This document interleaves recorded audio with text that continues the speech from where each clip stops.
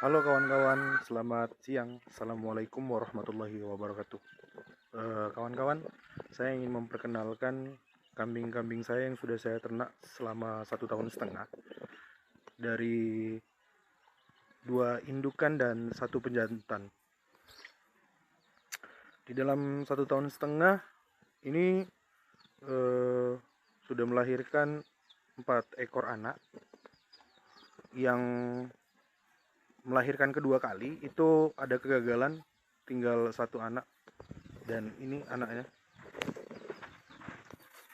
Dan sekarang indukan ini yang coklat ini lagi dalam kondisi hamil sekitar 1 sampai 1,5 bulan.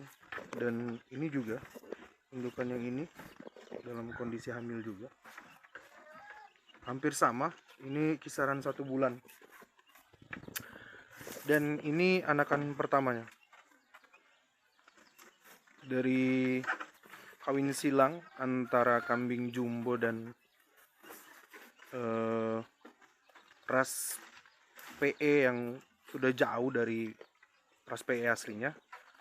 Dan alhamdulillah keturunannya masih melahirkan ras PE juga. Dan ini pejantannya.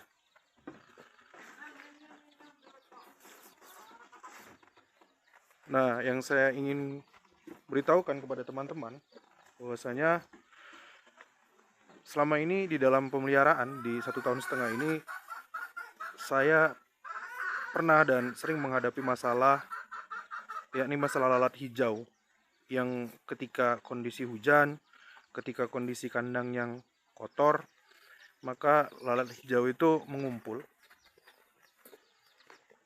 Terkadang mengganggu ternak kambing. Ini bisa berakibat fatal jika kambing dalam keadaan terluka atau jika kambing dalam keadaan tidak sehat, maka lalat bisa meneluri bertelur di bulu-bulu kambing. Ini mengakibatkan kambing bisa menjadi tambah sakit, lemas, dan ketika tidak ditangani dengan baik, maka kondisi kambing bisa mati mendadak.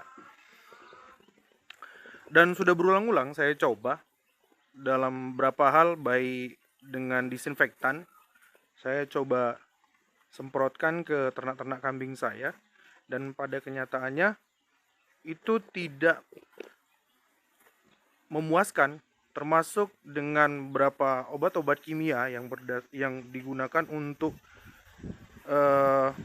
hama berdarah putih, itu tidak juga bisa menyelesaikan permasalahan lalat hijau ini.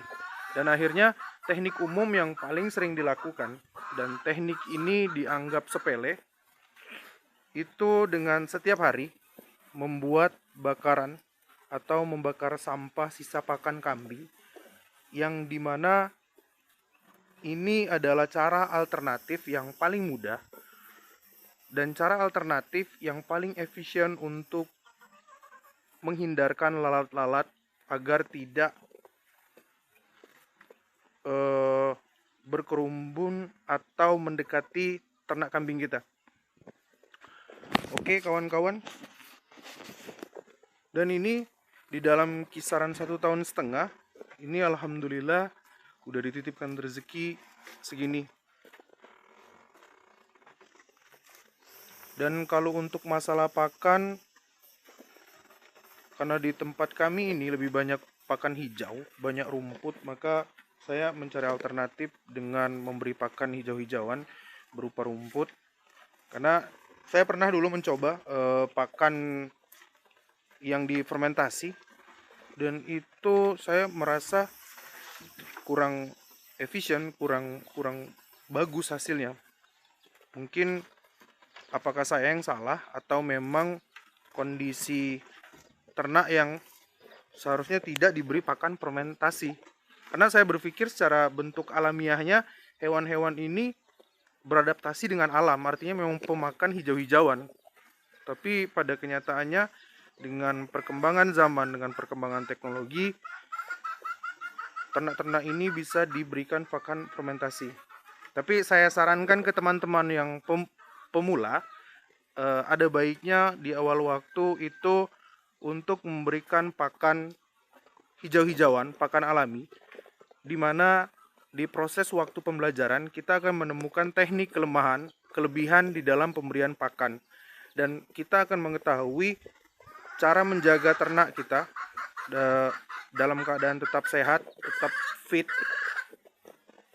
Karena biasanya untuk pemula mereka akan memberi pakan tanpa melihat kebutuhan asupan gizi bagi ternak itu sendiri. Misalkan yang paling sering terjadi, para peternak pemula itu memberikan pakan hijau-hijauan yang dalam keadaan basah. Itu sangat berdampak bagi kesehatan ternak kita, karena pakan basah itu sendiri bisa mengakibatkan kambing itu menjadi kembung atau mencret. Karena saya pernah mengalami, dan waktu itu udah sekitar 1 minggu kambing saya menjadi lemas, lesu, karena 2 hari berturut-turut karena kondisi hujan saya berikan pakan basah, dan itu dampaknya sangat mengerikan. Hewan menjadi lemas, tidak bernafsu makan. Waktu itu padahal kambing dalam keadaan bunting atau hamil. Nah, buat kawan-kawan pemula itu menjadi perhatian khusus, di mana setiap pakan itu diperhatikan apakah memenuhi kebutuhan serat bagi hewan atau tidak. Dan ditambah lagi, pakan kalau bisa dikasih pakan yang benar-benar dalam kondisi kering. Karena jika tidak memenuhi kondisi serat hewan, maka hewan itu tidak bisa gemuk dalam waktu yang kita inginkan. Misalkan di dalam 8 sampai 1 tahun itu bobot kambing bisa mencapai belasan kilo. Kenyataan ketika pola pakan yang tidak baik, pola pakan yang salah dalam hijau-hijauan, maka bobot kambing itu tidak sesuai dengan yang kita harapkan atau yang kita inginkan. Ditambah lagi, seperti yang saya katakan tadi, dengan pakan basah yang bisa kena embun di pagi hari atau bisa karena setelah hujan, itu dampaknya luar biasa. Itu juga harus diperhatikan oleh teman-teman, terutama teman-teman pemula.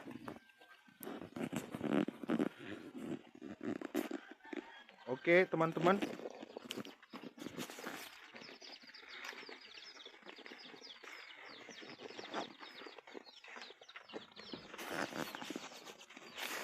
Inilah kambing-kambingnya. Alhamdulillah sehat-sehat. Dan kalau seandainya ada perkataan atau ilmu pengetahuan yang saya tidak sampai, saya mohon maaf, dan saya hanya ingin berbagi pengalaman sesuai dengan apa yang saya rasakan.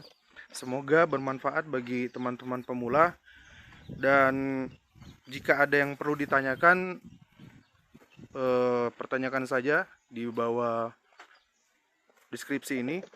Dan jangan lupa buat teman-teman di subscribe dan klik lonceng untuk mendukung channel saya.